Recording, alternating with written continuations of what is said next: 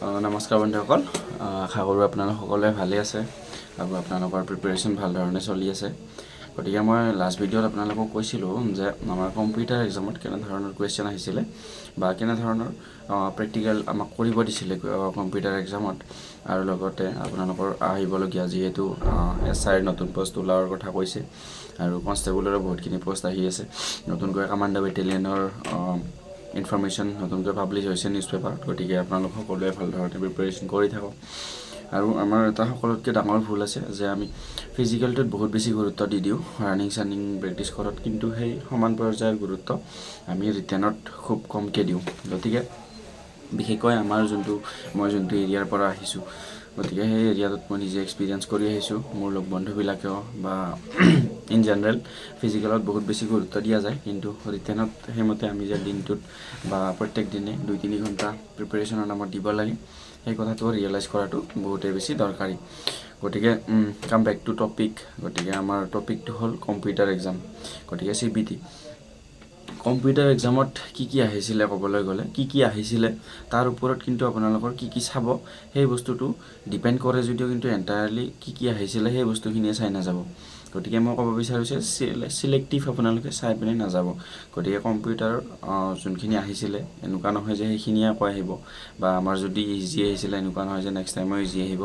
গতিকে আপোনালোকৰ প্ৰিপাৰেশ্যনটো চিলেক্টিভ হ'ব নালাগে, আৰু চিলেক্টিভ হ'লেও আপোনালোকৰ যোনখিনি বাকী এৰিয়া থাকে বা আপোনালোকে চিলেক্টিভ এৰিয়া এটা বহুত কনচেনট্ৰেট হয়, বহুত ফ'কাছড হৈ পিনে ভাল ধৰণে চালে, কিন্তু বাহিৰা বস্তুখিনি এনেকুৱা হ'ব নালাগে যে তাৰ বাহিৰৰ বস্তুখিনি আপুনি কোনোদিনো টাচে কৰা নাই। গতিকে তাৰ বাহিৰৰ বস্তুখিনি আহিলে যাতে আপুনি টাচ কৰিব পাৰে বা এটা জেনেৰেল আইডিয়া থাকে, সেইবাবে মই কৈছোঁ কথাটো যে এণ্টায়াৰলি চিলেক্টিভ নপঢ়িব। গতিকে কম্পিউটাৰৰ ক্ষেত্ৰত ইন জেনেৰেল সকলোৰে আইডিয়া আছে যে power point important, word important আৰু লগতে এক্সেল ইম্পৰ্টেণ্ট। গতিকে পাৱাৰ পইণ্ট, ৱৰ্ড আৰু এক্সেল এই তিনিটা বস্তু খুব ভাল ধৰণে আপোনালোকে প্ৰিপেয়াৰ কৰিব।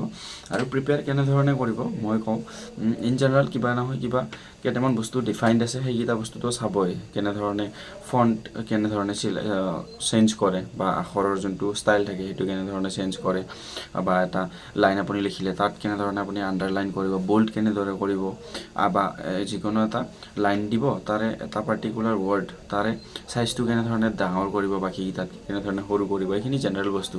আখৰৰ চাইজটো কিছুমান যে ফিল্মত থাকে এনেধৰণে কাৰ্ভ কৰা থাকে, গতিকে কেনেধৰণে এটা লাইন কাৰ্ভ কৰিব। গতিকে কিছুমান ডায়েগ্ৰাম থাকে, কিছুমান শ্বেপ থাকে আমাৰ সেই শ্বেপকেইটা কেনেধৰণে ইনক্লুড কৰিব পাৰি, বা শ্বেপকেইটা কেনেধৰণে তাত বহুৱাব পাৰি, সেইবিলাক বস্তু ইন জেনেৰেল সকলোৱে জানে, আৰু প্ৰায় আপোনালোকেও মোৰ বোধেৰে জানে। গতিকে লেটাৰ কেনেধৰণে লিখে, লেটাৰৰ ষ্ট্ৰাকচাৰটো আপোনালোকে জানিব লাগিব, ক'ত ছাবজেক্ট থাকে বা ক'ত ৰেফাৰেঞ্চ পইণ্ট দিয়া হয়, টু ক'ত লিখে, কালৈ লিখে, বা তলত ফেইথফুলি ক'ত থাকে, বডিটো ক'ত থাকে লেটাৰৰ। গতিকে সেই ইন জেনেৰেল এইখিনি বস্তু আপোনালোকে ভাল ধৰণে চোৱাটো উচিত। তাৰ লগতে মোৰ বোধেৰে প্ৰিপাৰেশ্যন কেনেধৰণে কৰিব লাগে যে আপোনালোকে পাৱাৰ পইণ্টটো খুলি ল'লে, পাৱাৰ পইণ্টটো খুলি লোৱাৰ পাছত ওপৰত যোনটো অপশ্যন থাকে বা ওপৰত যিখিনি এডিট থাকিব, ফাইল থাকিব, ভিউ থাকিব, বা বিভিন্ন ধৰণৰ যিখিনি সেই অপশ্যন থাকে, তাৰ তলত যিখিনি আকৌ অপশ্যন থাকে, সেই গোটেইকেইটা অপশ্যন আপোনালোকে এক্সপ্ল'ৰ কৰি চাওক। গতিকে ইউটিউবত গ'লে আপোনালোকে টিউটৰিয়েল পাই যাব, পাৱাৰ পইণ্টৰ পাব, ৱৰ্ডৰ পাব, যি লাগে চব পাব। গতিকে সেইখিনি আকৌ এক্সপ্লেইন কৰাৰ কোনো দৰকাৰ নাই। গতিকে আপোনালোকে পাৱাৰ পইণ্টটো খুলিলে কমেও আপোনালোকে 2-3 দিন পাৱাৰ পইণ্টত ডেডিকেট কৰক।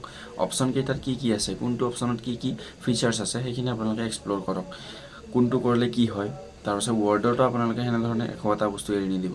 ৱৰ্ডৰটো যাওক, কোনটো ফিচাৰ্ছ অন কৰিলে ক'ত কি অপশ্যন আহে।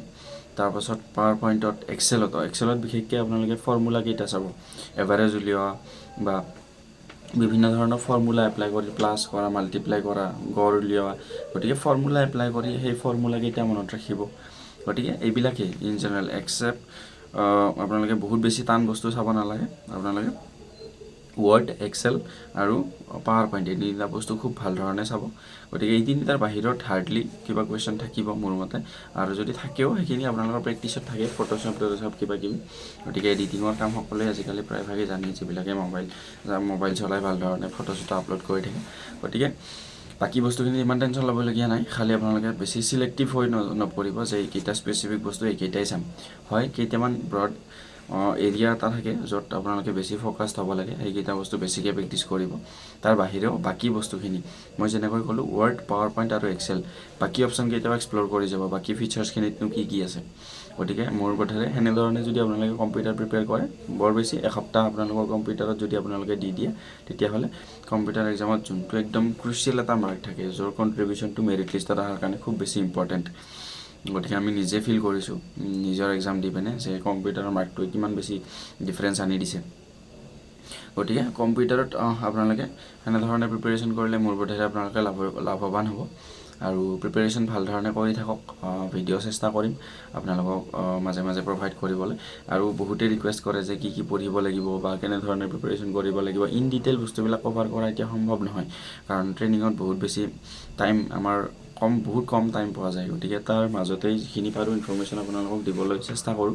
মোৰ মটিভ এটাই যে আপোনালোকক SI ট্ৰেইনিংটো বা ট্ৰেইনিং শ্বেডিউলটো বা ট্ৰেইনিং পিৰিয়ডটো কেনেধৰণে যায়, এক্সপিৰিয়েঞ্চ কি সেইখিনি বস্তু আপোনালোকৰ আগত শ্বেয়াৰ কৰা, যাতে নেক্সট টাইম ৰিক্ৰুটমেণ্টৰ সময়ত আপোনালোকে এইবিলাক চাই এটা আইডিয়া ল'ব পাৰে, প্ৰিপেৰেশ্যন মাইণ্ডৰ এটা পিকচাৰ এটা ল'ব পাৰে যে এনেকুৱা ধৰণৰ প্ৰিপেৰেশ্যন বা এনেকুৱা ধৰণৰ আমাৰ ট্ৰেইনিং শ্বেডিউল হ'বলৈ গৈ আছে। আৰু আপোনালোকে তাৰ জৰিয়তে যাতে অলপ মটিভেশ্যন পায় বা আপোনালোকে যাতে উৎসাহ এটা পায়, আমিও হ'ব লাগিব বা আমিও সেনেধৰণে বেলেগৰ ভিডিঅ' চাই ডাঙৰ হৈছোঁ বা বেলেগৰ পৰা বস্তুবিলাক চাই আইডিয়া লৈছোঁ।